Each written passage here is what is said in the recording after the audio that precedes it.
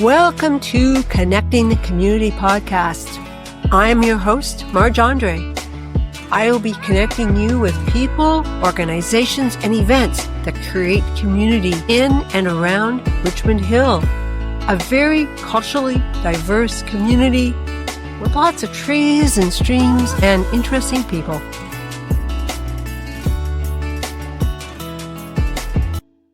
On this podcast, I'm talking with Doug Loweth about the major repairs to the sanctuary of the historic Richmond Hill United Church. I have got lots of questions for you. But first, Doug, can you introduce yourself and tell us about your involvement with the Richmond Hill United Church? Okay, thank you, Marj. It's lovely to be here and be with you. I've been involved with RHUC for probably 30 years, just because that's been my church. My major involvements, other than that, have been with the choir.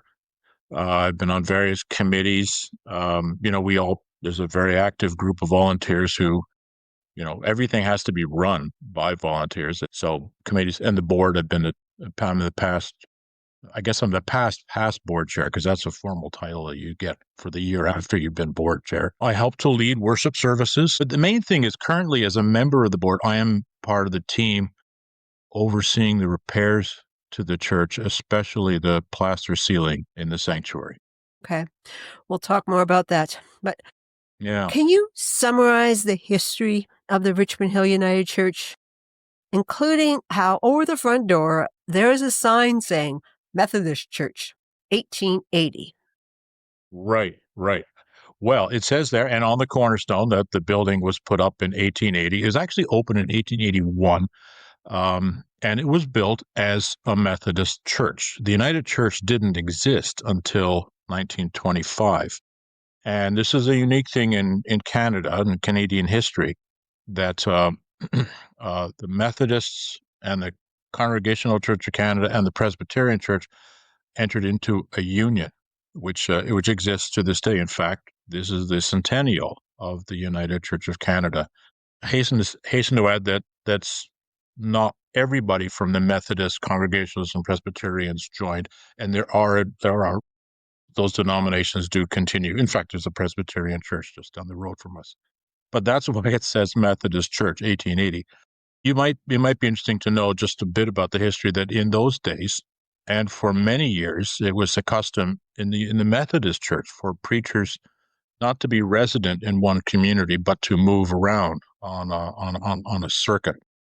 So if you go to some of our archival information, you'll see the names of multiple ministers who look like they were only there for a year or so, but really they were just part of the Methodist preaching circuit. I don't know if that's the exact title, but it was a key feature of the way that denomination organized their church life. Okay. So an interesting and involved long history for the Richmond Hill United Church. I think it's predated, actually, the town, the city, and village. But it is a large church with a large sanctuary that is now being repaired. But let's first talk about the other parts of the church. There have been many add-ons. I find it's a maze. I have got lost before. Can you walk us through the spaces?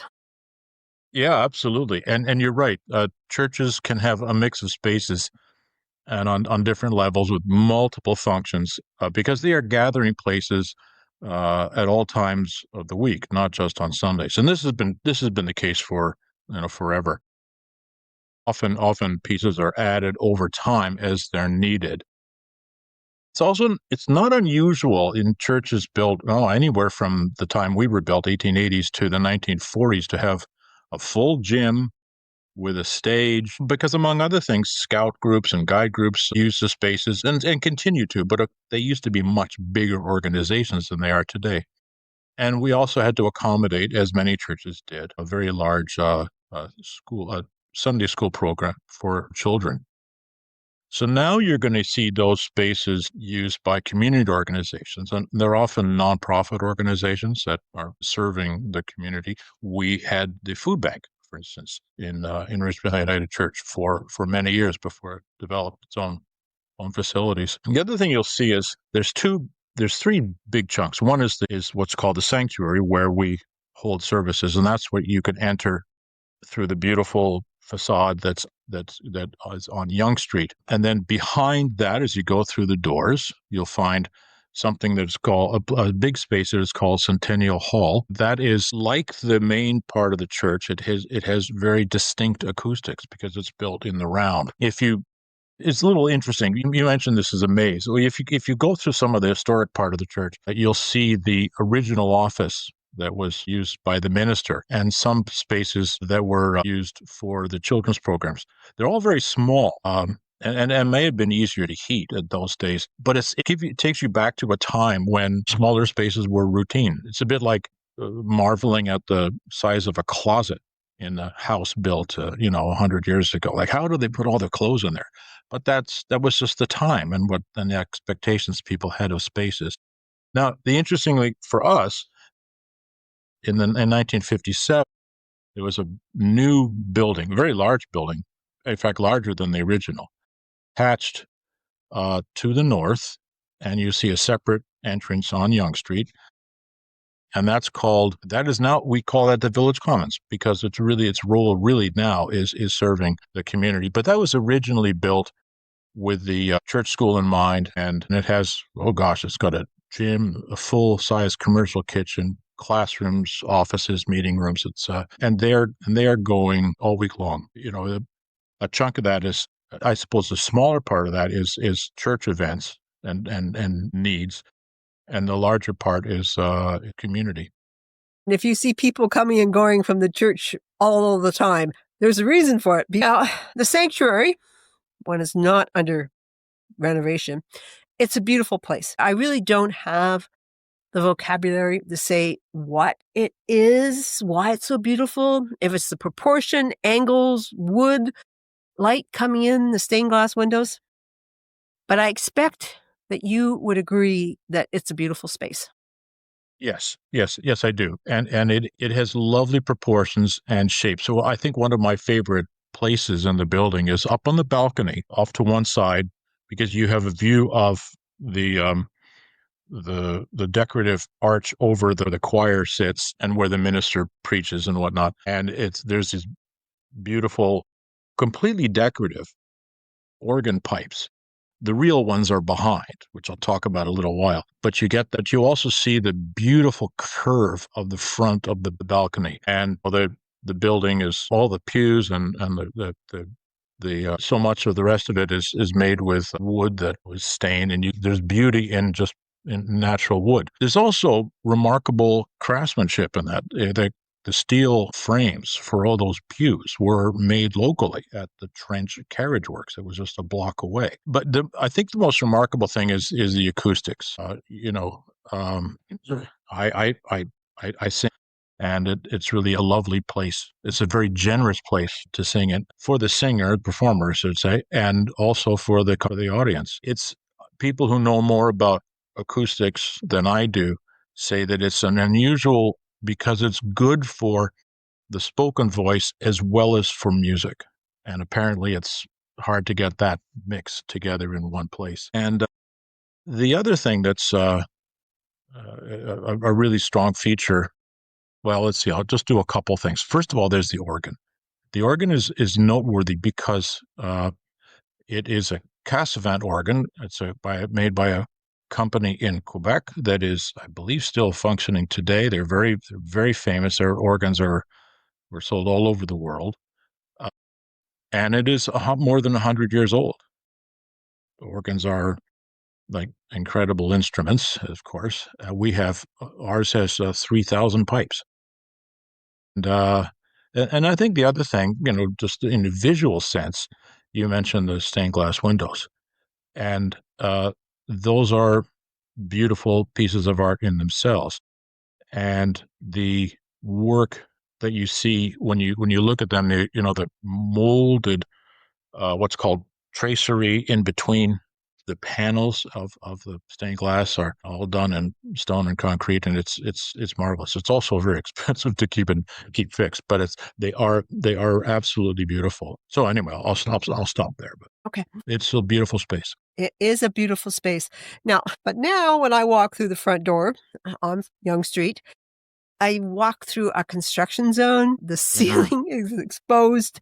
The pews are covered in plastic and the pipe organ has been dismantled. What has happened to cause this destruction? Yeah. Well, in a nutshell, this is what happens over 150 years to most spaces. There are several things acting on the plaster, and one of them is moisture. Which, try as we might to prevent leaks happen and so water damage, clearly is something that will destroy plaster. But over time, there's more vibration in the building than there was when it was built. Just traffic, it creates vibration. And the plaster is held in place by, I won't go into the details, but when you put plaster on lath, these parallel strips of wood, you push the plaster through the lath, and the part that went behind the lath sort of spreads out like a mushroom in profile. And that is what holds the plaster in place. It's not glued in. It's held in by place by its own by itself. That's sort of creeping around that piece of lath and gripping it. And over the years, that also deteriorates. It just gets old, brittle, things like this. So age, vibration, and water do their work. We were not in a situation where stuff was falling down, but we were in a situation where, with a called a condition assessment done by consulting architects, we were notified that there was weakness in the plaster that needed to be addressed. That is what has brought us to the stage we're at, where, as you say, there's scaffolding inside the church right up to where people can reach the ceiling. And we have a really good group of people from a place called Historic Restorations. They specialize in plaster for older spaces. It could be a theater, it could be a church, um, and they know how to repair and restore these materials. So what actually are they doing? What do the repairs entail? Sure. So there's the plaster on the lath as I described, and that will crack. And as I forgot to mention, the building shifts. Over the years, it settles. Um, so there's the basic plaster on lath that needs to be repaired in many places and then stabilized as well. In addition to that, there are what are called ribs, which are sort of the decorative pieces. If you look up these beautiful intricate ribs that like point up to the roof, well, those in this, they can be made of stone, they can be made of wood, but in our case, they're made of plaster, and that it makes them heavy, and they are held in place by um, material sort of set into the plaster when it forms, and then from that are strips of metal or whatever that point upward vertically, and they are attached to the curved joists that make up part of the roof structure. As I say, they're heavy. So over the years, those have loosened and come away in many places. So there's the basic plaster, and there's also the plaster ribs, and that makes up the what our friends at HRI are doing for us. Okay. Now, what sort of costs are there? Yeah, as you can imagine, these are very highly skilled people, and so their time is valuable. Their expertise is valuable, and it's costing us about 450,000 to do this piece of work. This is the first of several stages of work that we need to do overall. We do need to work on those windows, especially the stained glass windows that I was talking about, the tracery. We need to work on the pointing of the bricks because that's there's the whole building is made with brick, and that is always getting hammered by the weather, heat and cold. especially cold in water. And, our boilers are 35 years old and they're going to need to be replaced at some point. So there's a lot of stuff. This is the first of several fairly significant parts of our restoration plan. We're doing this first because when the sanctuary is done, then we can get back into holding services there, and it's our primary space for performance. And over the years, we've had many people perform. I'm not talking about sacred performances, although we have those too, but performances that would be of interest to the entire community, singers and instrumentalists and whatnot. We've also had occasion to host community gatherings for people getting together on matters of importance of the day. It's a place where people can gather, and you can hear we have mics and whatnot, so it's a very usable space for everybody. That space is going to become the sort of centerpiece of what we are calling a Center for Community and the Arts, and that's going to dovetail in a beautiful way with the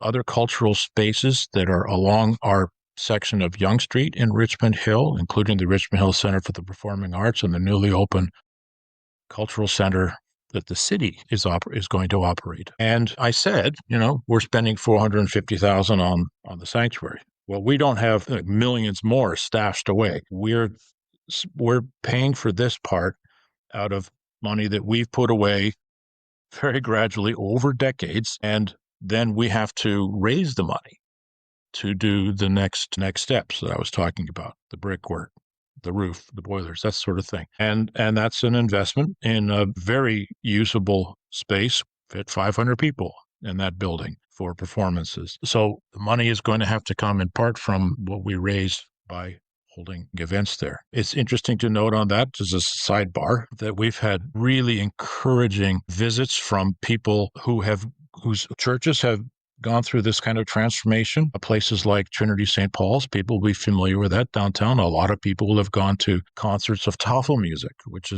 uses Trinity St. Paul's. And we've heard we had a lovely visit from Michael Gritt, retired manager of the RC Center for Performing Arts. And all of these people have said, you've got some real potential here. This is a beautiful space. It's a rare space. And think of how many spaces that are like that in York Region that are, on Yonge Street, easily accessible. So it's a real gem. So this is some money we're putting into it, which was, you can imagine, we thought long and hard about this as a congregation, but our commitment is to do this not just for ourselves, but for the community. Yeah. There really is being an investment for the community, and that I really like to hear. We expect this part to be, I think it's hard to say. Anybody who's worked on a building of 150 years old will tell you, you don't know what you don't know until you know it. You'll open up a wall and find something. Oh boy, this is much bigger than we thought, or it's not, and maybe it'll be easier. But that's what we're in right now, and we are pretty certain that we're not going to be able to use it for Christmas, but at some point in the spring, it's a matter of months, not years. That's what I can say. The other thing I can say is that we will do our level best to keep the community informed. And as we get closer to something where we know when we can open up, you can be sure we will let that be known. Okay, so there will be a grand opening for the community, and that I am looking forward to. Marj, I dream about that grand opening, and I want there's a long list of people I want love to invite to take part in that grand opening. Not least of which is our organist, who has patiently put up with the lack of an organ for a long time because it had to be dismantled for this work to be done on the ceiling. Mm-hmm. And that will be a key part of our grand opening, as you say.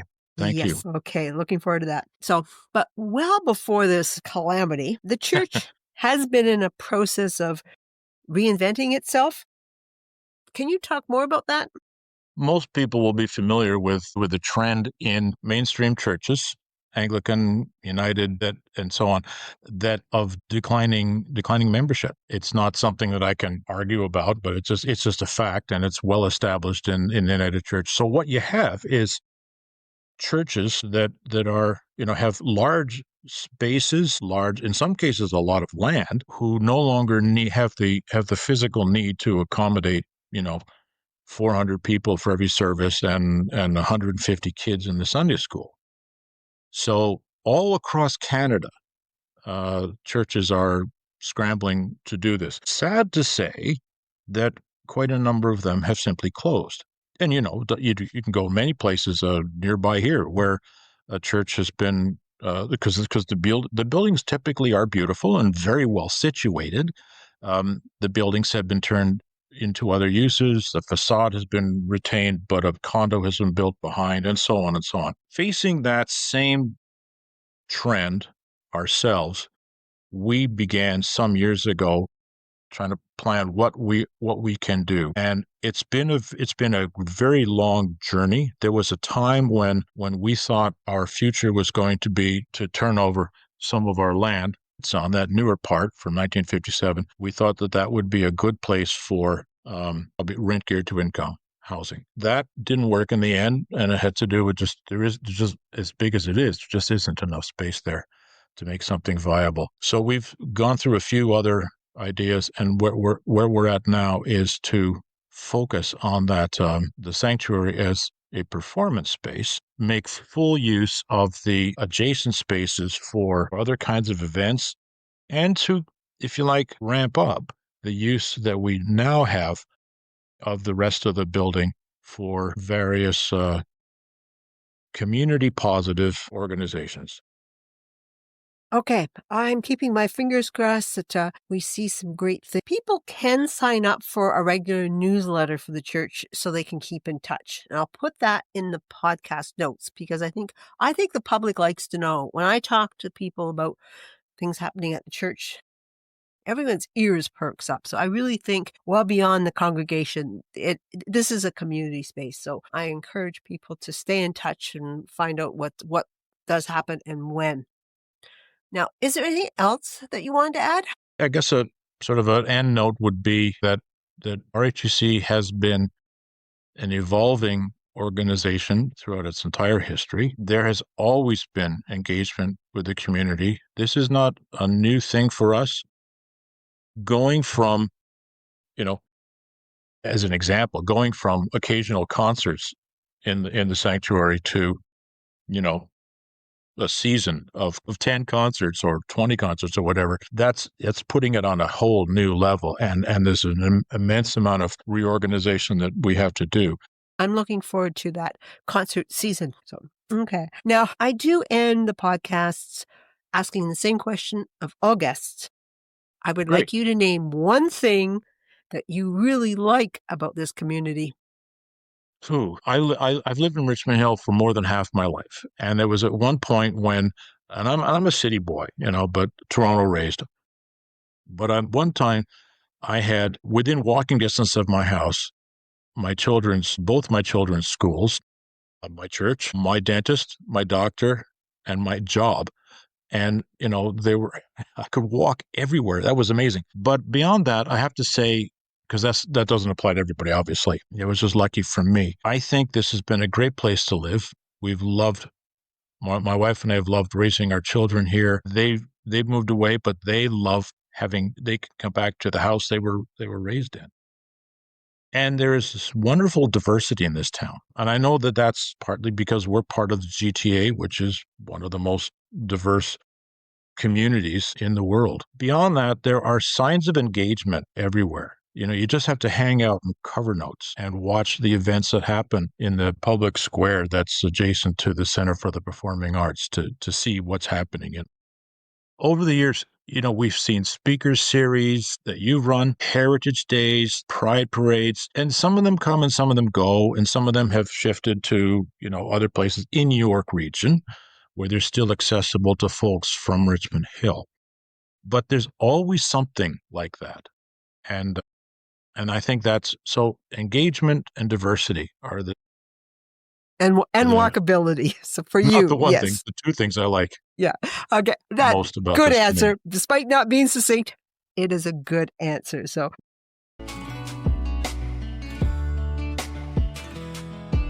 thank you for listening. I would appreciate you sharing this podcast.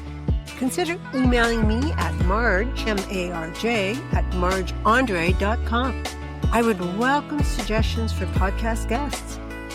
Let's stay connected.